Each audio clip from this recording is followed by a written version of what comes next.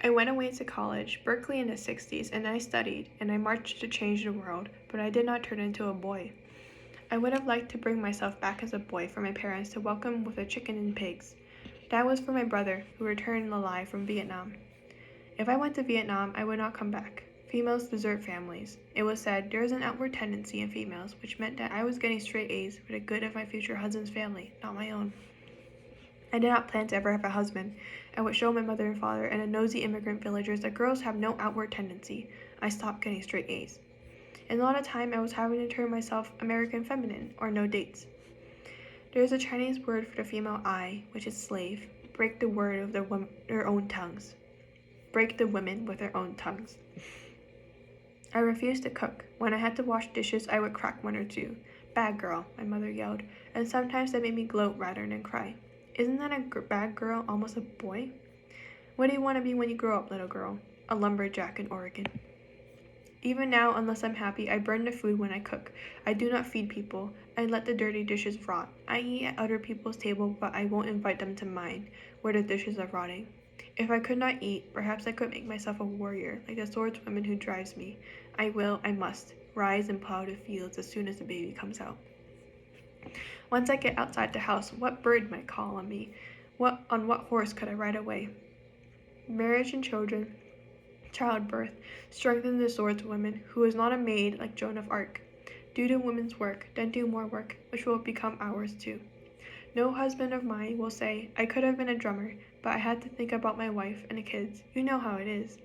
Nobody supports me at the expense of his own adventure. Then I get bitter. No one supports me. I am not loved enough to be supported. That I am not a burden has to compensate for the sad envy when I look at women loved enough to be supported. Even now, China wraps double binds around my feet. When urban renewal tore down my parents' laundry and paved over our slum for parking lot, I only made up gun and knife fantasies and did nothing useful. From the fairy tales, I learned exactly who the enemy are. I easily recognized them. Business suited in their modern American executive guise, each boss 2 feet taller than I am, and impossible to meet eye to eye. I once worked at an art supply house that sold paint to artists. Order more of that N-word, yellow, will ya? The boss told me. Bright, isn't it? N-word, yellow. I don't like that word, I had to say in my bad, small person's voice that makes no impact. The boss never deigned to answer. I also worked at a land developers association. The building industry was planning a banquet for contractors, real estate dealers, and real estate editors. Did you know the restaurant you chose for the banquet is being picketed by the Corny NAACP? I squeaked. Of course I know, the boss laughed. That's why I chose it.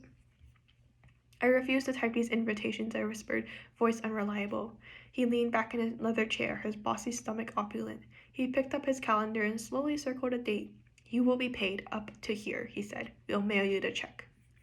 If I took the sword, which my hate must have been surely forged out of the air, and gutted him, I would have put color and wrinkles into a shirt. It's not just the stupid racists that I have to do with, but tyrants who for whatever reason can deny my family food and work. My job is my only own land. To avenge my family, I would have to storm across China to take back our farm from the communists. I'd have to rage across the U.S. to take back the laundry in New York and the one in California. Nobody in history has conquered and united both North America and Asia. A descendant of 80 pole fighters, I ought to be able to set out confidently, march straight down our street, get going right now. There's work to do, ground to cover.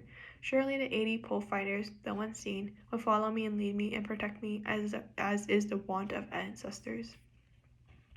Or it may well be that they're resting happily in China, their spirits dispersed among the real Chinese, and not nudging me at all with their poles. I mustn't feel bad that I haven't done as well as the swordswoman did. After all, no bird called me, no wise old people tutored me.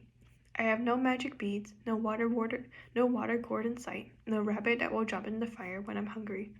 I dislike armies. I've looked for the bird. I've seen clouds make pointed angel wings that stream past the sunset, but they shred into clouds. Once at a beach after a long hike, I saw a seagull, tiny as an insect. Then when I jumped up to tell what miracle I saw, before I could get the words out, I understood that the bird was insect-sized because it was far away. My brain had momentarily lost its depth perception. I was that eager to find an unusual bird. The news from China has been confusing. It also had something to do with the birds. I was 9 years old when the letters made my parents, who are rocks, cry. My father screamed in his sleep. My mother wept and crumpled up the letters. She set fire to them page by page in an ashtray, but new letters came almost every day. The only letters they opened without fear were the ones with the red borders, the holiday letters that mustn't carry bad news. The other letters that said my uncles were made to kneel on broken glass during their trials and had to confess to being landowners. They were all executed, and the aunt whose thumbs were twisted off drowned herself. Other aunts, mothers-in-law, and cousins disappeared. Some suddenly began writing to us again from the communes or from Hong Kong. They kept asking for money. The ones in communes got 4 ounces of fat and 1 cup of oil a week, they said, and had to work from 4 a.m. to 9 p.m. They had learned to do dances waving red kerchiefs. They had to sing nonsense syllables. The communists gave axes to the old ladies and said, "Go and kill yourself. You're useless." "If we overseas Chinese would just send money to the Communist Bank," our relatives said, "they might get a percentage of them for themselves." The aunts in Hong Kong said to send money quickly. Their children were begging on the sidewalks and mean people put dirt in their bowls. When I dream that I am a wire without flesh, there is a letter on a blue airmail paper that floats above the night ocean between here and China. It must arrive safely, or else my grandmother and I will lose each other. My parents felt bad whether or not they sent money. Sometimes they got angry at their brothers and sisters for asking, and they would not simply ask, but have to talk story too. The revolutionaries had taken fourth aunt and uncle's store, house, and lands. They attacked the house and killed their grandfather and oldest daughter. The grandmother escaped with the loose cash and did not return to help. Fourth aunt picked up her sons, one under each arm, and hid in the pig house, where they slept at night in cotton clothes. The next day she found her husband, who had also miraculously escaped. The two of them collected twigs and yams to sell while their children begged. Each morning they tied the faggots on each other's back. Nobody bought from them. They ate the yams and some of the children's rice.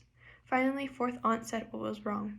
"We have to shout, 'Fuel for sale' and 'Yams for sale,'" she said. "We can't just walk up unobtrusively up and down the street." "You're right," said my uncle, but he was shy and walked in back of her. "Shout," my aunt ordered, but he could not. "They think we're carrying these sticks home for our own fire," she said. "Shout." They walked about miserably, silently, until sundown, neither of them able to advertise themselves. Fourth aunt, an orphan since the age of 10, mean as my mother, threw her bundle down at his feet and scolded fourth uncle. Starving to death, his wife and children starving to death, and he's too damn shy to raise his voice. She left him standing by himself and afraid to return empty-handed to her. He sat under a tree to think when he spotted a pair of nesting doves. Dumping his bag of yams, he climbed up and caught the birds. That was where the communists trapped him, in the tree. They criticized him for selfishly taking food for his own family and killed him, leaving his body in the tree as an example. They took the birds to a commune kitchen to be shared. It is confusing that my family was not the poor to be championed. They were executed like the barons in the stories, when they were not barons. It was confusing that the birds tricked us.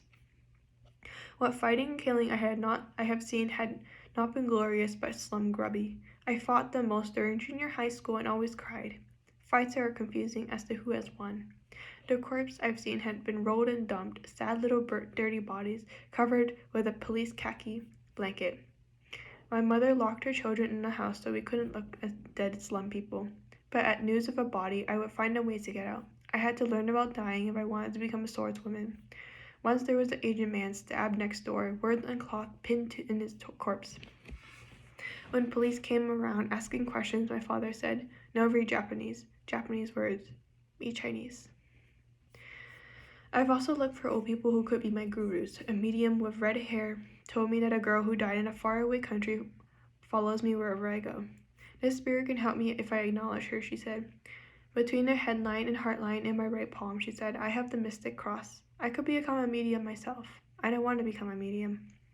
I don't want to be a crank taking offerings in a wicker plate from the frightened audience who, one after another, ask the spirits how to raise rent money, how to cure their coughs and skin diseases, how to find a job. And martial arts are for unsure little boys kicking away under fluorescent lights." I live now where there are Chinese and Japanese, but no immigrants from my own village, looking at me as if I had failed them. Living among one's own immigrant villagers can give a good Chinese far away from China glory and a place.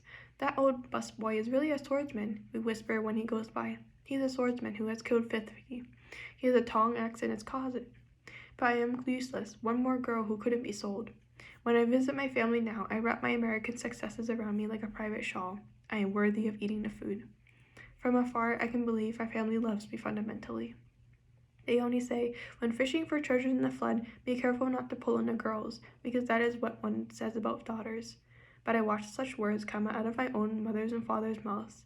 I looked at their ink drawing of poor people snagging their neighbors' floatage of long float hooks and pushing the girl babies down the river. And I had to get out of the hating range.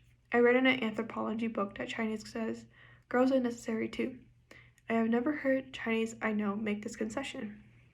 Perhaps it was another saying in another village. I refuse to shy my way any more through our Chinatown, which tasks me with the old sayings and the stories. The swordswomen and I are not so dissimilar. May my people understand the resemblance soon that I can return to them. What we have in common are the words on our backs. The idioms for revenge are report a crime and report to 5 families. The reporting is the vengeance, not the beheading, not the gutting, but the words. And I have to so many words, chink words and gook words, too, that they do not fit on my skin.